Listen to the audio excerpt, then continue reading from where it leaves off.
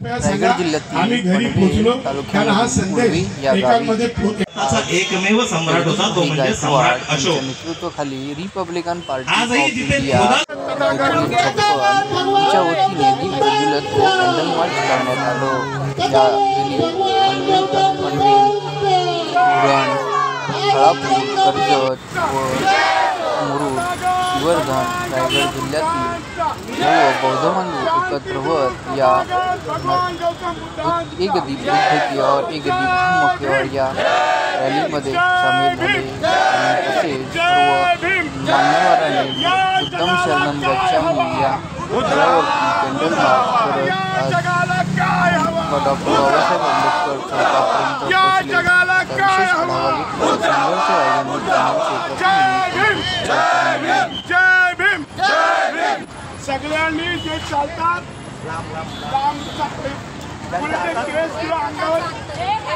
एक हाताचा अंतर ठेवा, सगळ्यांनी एक हाताचा।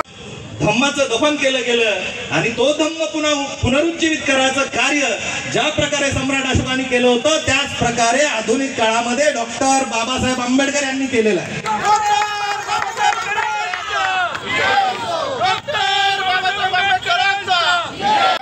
जागेवरती तथागत भगवान गौतम बुद्धांचा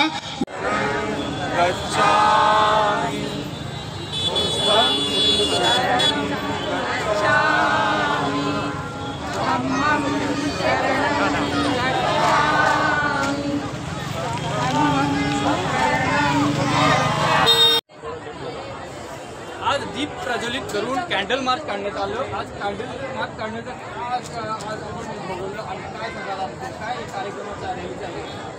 एक दीप धम्म की और म्हणजे आपण शांतीदूत तथागत भगवान गौतम बुद्धांकडे चला। आज आपले लोक फक्त राजकारणात गुरफटले गेले। बाबासाहेबांनी सांगितले की नाण्याच्या दोन बाजू आहेत, एक धम्म आणि दुसरा राजकारण। दोन्ही एकत्र घेऊन जा तोच सरस करू शकतो आणि म्हणून दोन्ही एकत्र घेण्यासाठी आम्ही ही रायगड जिल्ह्यातून सुरुवात केलेली आहे। संबंध महाराष्ट्रभर आम्ही हा संदेश घेऊन जाणार आहे। बुद्धांची गरज आहे, युद्ध हवा का बुद्ध हवा, तर बुद्ध हवा रे बुद्ध हवा। आणि म्हणून बुद्धासाठी या सगळी लोक जी आली ती 2च दिवस यांची मेहनत एवढी आहे की माझे कार्यकर्ते म्हणजे सगळे माझ्यासाठी जीव देणारे अशी लोक तयार आहेत की तुम्ही सांगाल त्या ठिकाणी 1000, 500, 2000 लेखा।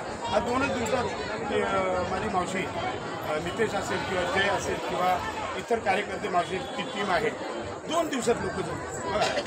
मला लोक ज्या दिवशी जमेल सभेला मी सांगितलं पनवेल, तेव्हा रेकॉर्ड ब्रेक सभा ही बौद्धांची असेल, फक्त बौद्धांची आणि एवढे लोक माझ्यासोबत मला मानणारा वर्ग आहे।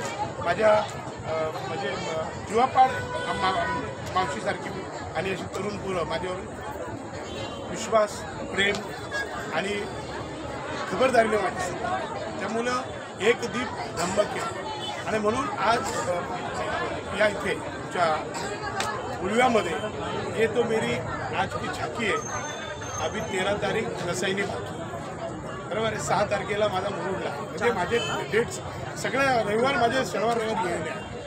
लोक आवर्जून मला वेळ द्या, टाईम द्या, आमच्याकडे पण हा प्रोग्राम करायचा म्हणून आता बघितलं बघण्यासाठी मुंबईवरून टीम आली, बॉम्बेवरून टीम आल्या बघण्यासाठी, कार्यक्रम बघायला लोक उरणवरून आली। म्हणजे हे कार्यक्रम कसा असतो तर याच्यात आम्ही काय भाषण सभा नाही, धम्माला मार्ग करायचा आणि बाबासाहेबांचा जो पक्ष आहे तो टिकवण्याचा आपला उद्देश आणि बाबासाहेब आंबेडकरांचा 1956 खराब पक्ष, त्यामुळे दुसऱ्या पक्षात आता लोक उरणार नाही।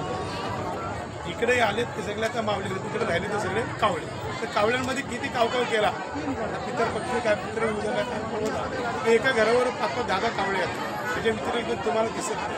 मावले मात्र छत्रपती शिवाजी महाराजांचे आहेत, ते लाखोच्या संख्येने येतात आणि सगळे ते मावले आमच्याकडे। आणि अशा जुन्या रागिनी असल्यानंतर मला काय कमी आहे, त्यामुळं धम्म तुमचा पहिला धम्म आहे, नंतर तुमचा पक्ष। त्यामुळं धम्माकडे आम्ही वाटचाल करण्याचा तरुणाला संदेश देतो की आज तुम्ही इतर सणांमध्ये मग्न आहात, त्यामुळे तुमची आर्थिक, शैक्षणिक आणि शारीरिक स्थिती बिघडली आहे।